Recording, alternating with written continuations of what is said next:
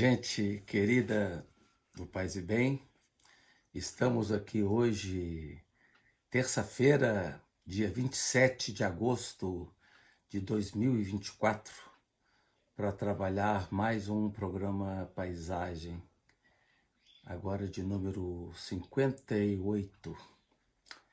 E escolhi nessa manhã para trabalhar com vocês a questão que é fundamental, uma questão que é fundamental para a mística e que está também presente na literatura, como veremos, que diz respeito ao mundo interior,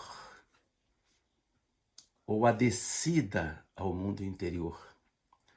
Vamos recorrer a alguns trechos de místicos e também a algo da literatura para apontar essa riqueza e enigma que habita o mundo interior. Começando pelo místico renano Mestre Eckhart, do século XIII, dominicano.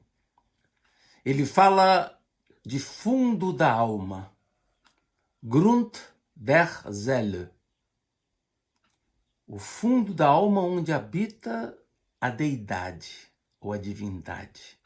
Ele faz uma diferença entre deidade e Deus. Deus é o Deus das criaturas, é o Deus nomeado pelos humanos. A deidade não pode ser nomeada nem alcançada. Né? Você pode se aproximar, né? Mas você não capta e nem abraça a deidade. Então, esse fundo da alma é onde habita a deidade, que é o lugar do Deus invisível, ou do Deus além do Deus das criaturas. Trata-se do fundo mais profundo onde se dá a íntima fusão das identidades. Fala-se até em mística da indistinção,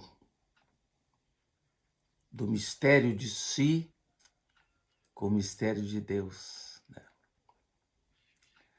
Esse Grund, esse abismo, é mais profundo que a própria Trindade. Tanto é que, num dos sermões alemães de Eckhart, ele fala: para se adentrar nesse mundo da deidade, é necessário romper com todas as propriedades. Ninguém pode penetrar no mundo da deidade vinculado com propriedades. O próprio Deus, diz Eckhart, se quiser entrar ali dentro, ele não pode entrar nem como pai, nem como filho e nem como espírito. Daí ser mais profundo que a própria Trindade, a deidade, esse Grund. Nesse fundo atua uma força, a presença de uma força que flui, né? Que flui do espírito. É quando, então, acessamos uma divindade incandescente, verdejante, ardente, que ninguém ou nenhuma narrativa consegue descrever com clareza. Apenas podemos apontar, aventar. Eckhart fala também em centelha florescente. Fala também que esse lugar é o burgozinho da alma, no Sermão Alemão 2. Também, no campo da mística, em tempos posteriores, teremos São João da Cruz e Teresa de Ávila, no caso de Teresa, ela vai falar em braseiro. Lá no fundo da alma tem um braseiro, né? Essa fornalha, né? Que está presente no mais profundo de nós mesmos. Um braseiro do qual se irradiam os mais finíssimos perfumes, diz Teresa, no quarto livro das Moradas 2:6. João da Cruz vai se basear no Cântico dos Cânticos, no famoso livro Cântico dos Cânticos, do Primeiro Testamento, para abordar essa questão. O Cântico dos Cânticos vai dizer, no capítulo 2, versículo 4, levou-me ele, o amado, né, à adega, que no fundo é a adega do vinho, né? Então diz o cântico, levou-me ele à adega e contra mim desfralda sua bandeira do amor.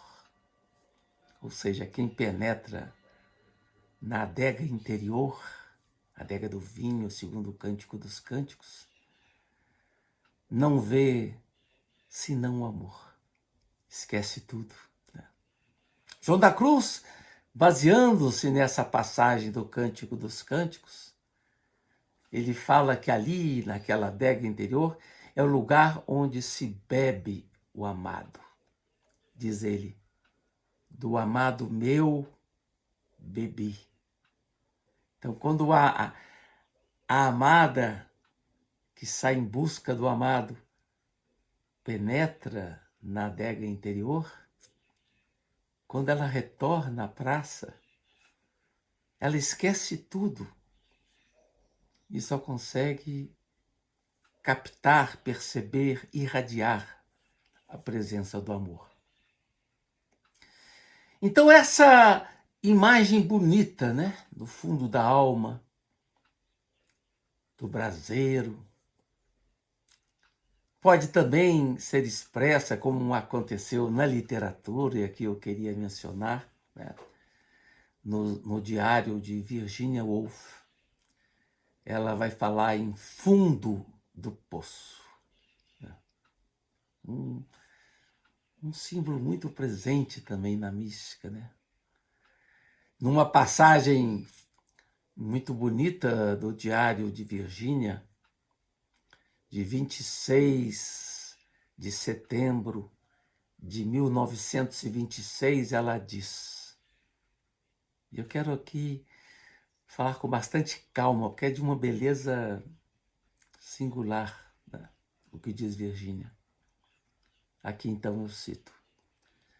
Afundamos até o poço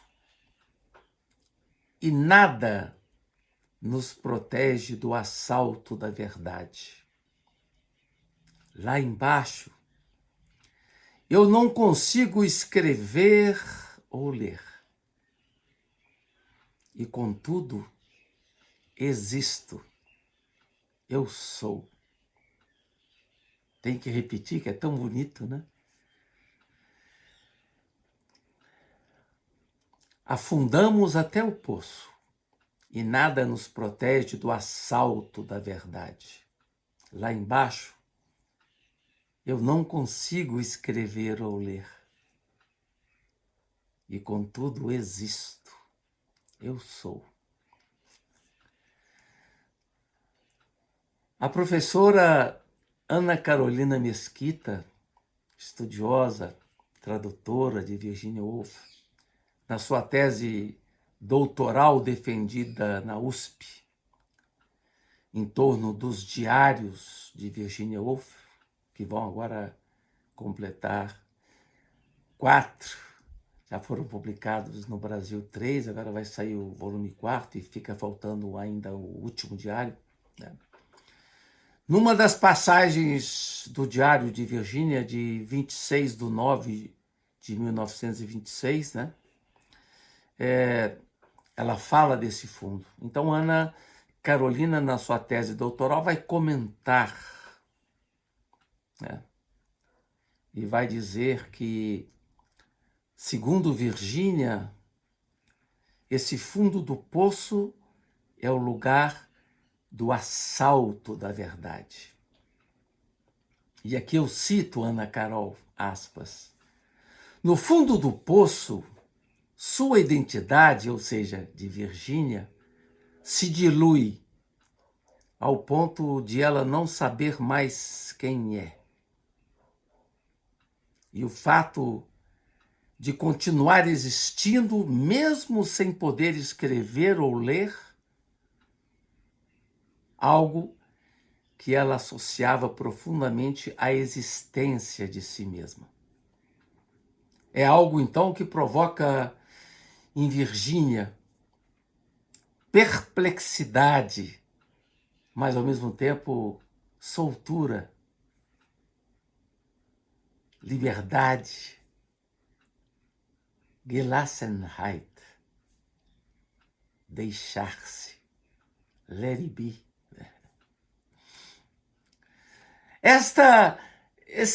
Quando eu li a tese da Ana Carol e o diário, e a passagem do diário de Virginia Woolf, eu me lembrei logo de outro místico cristão, Teilhard de Chardin, no seu livro Meio Divino, que, aliás, foi a inspiração do livro nasceu nas trincheiras da Primeira Guerra Mundial, 1916, 1917. Depois o livro vai ser terminado e a sua publicação só se dará depois da morte de Teilhard. Ele fala, em determinado momento do meio divino, na descida do ser humano para dentro de si mesmo. E descreve de forma linda, são quase 2 páginas dessa descrição, né?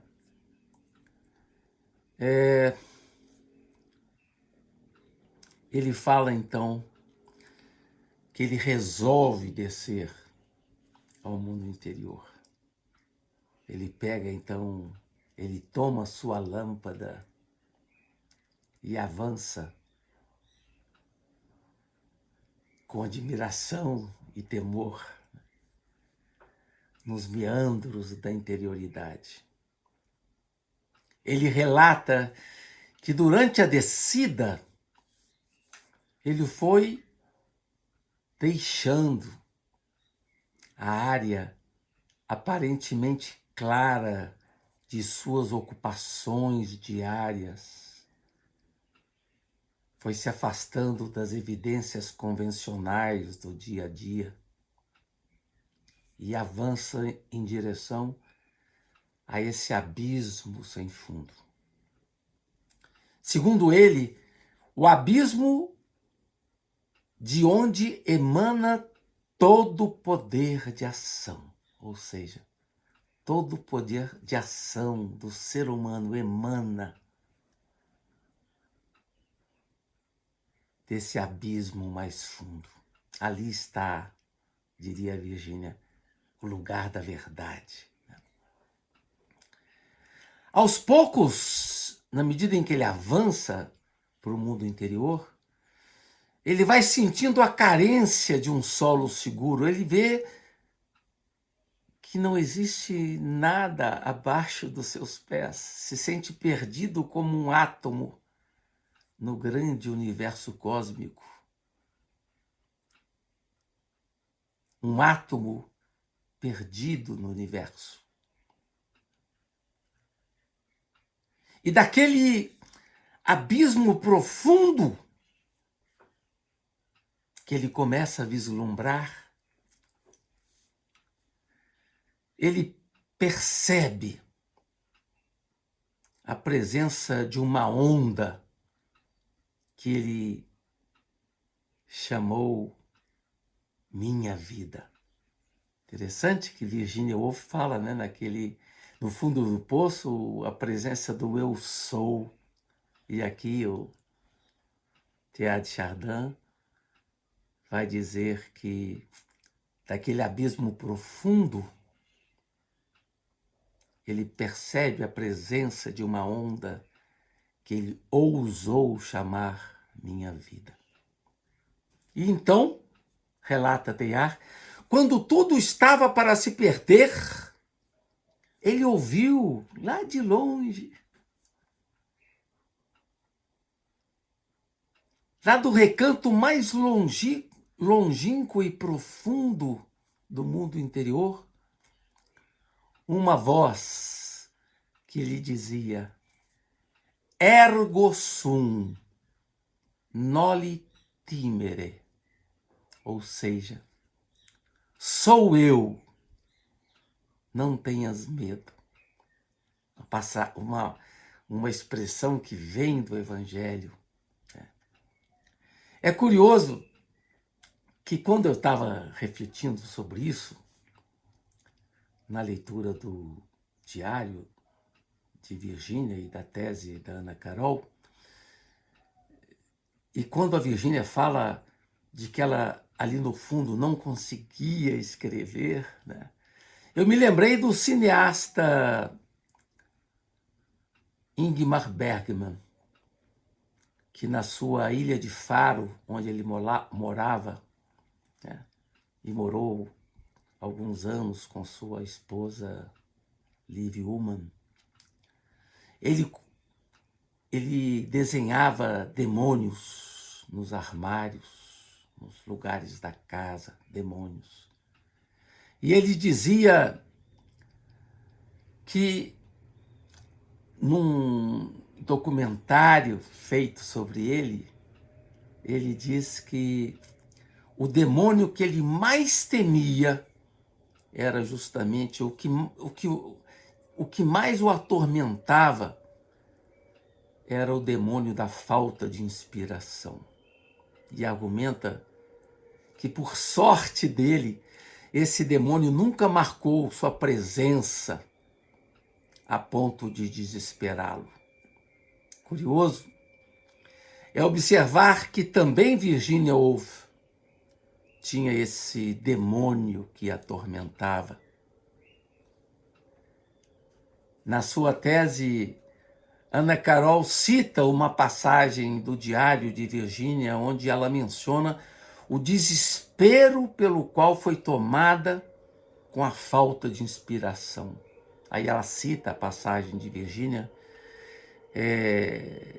do dia 25 de setembro de 1939. Dizia Virgínia: mas se não se consegue mais escrever, é melhor se matar. Ou ainda, em outra passagem do diário de 9 de junho de 1940, uma sensação curiosa de que o eu que escreve desapareceu. Isso é, em parte, a morte de alguém.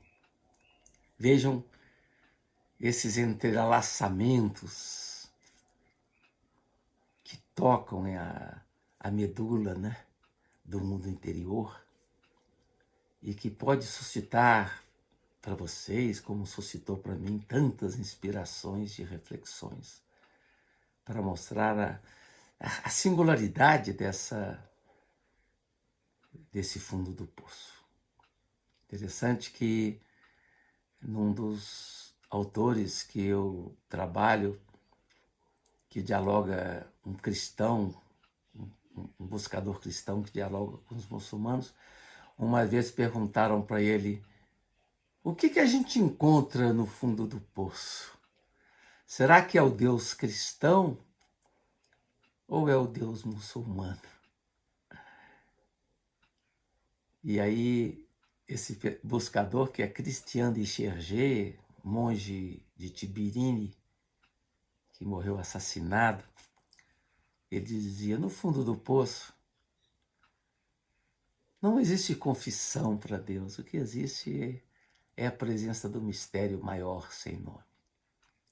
Gente querida, então, da comunidade Paz e Bem, eu me despeço de vocês com muita alegria. Os que estão assistindo hoje, os que vão assistir depois. Né? Agradeço também muito Felipe Albani pela colaboração na parte técnica. E revejo vocês no próximo programa, se Deus quiser. Paz e bem.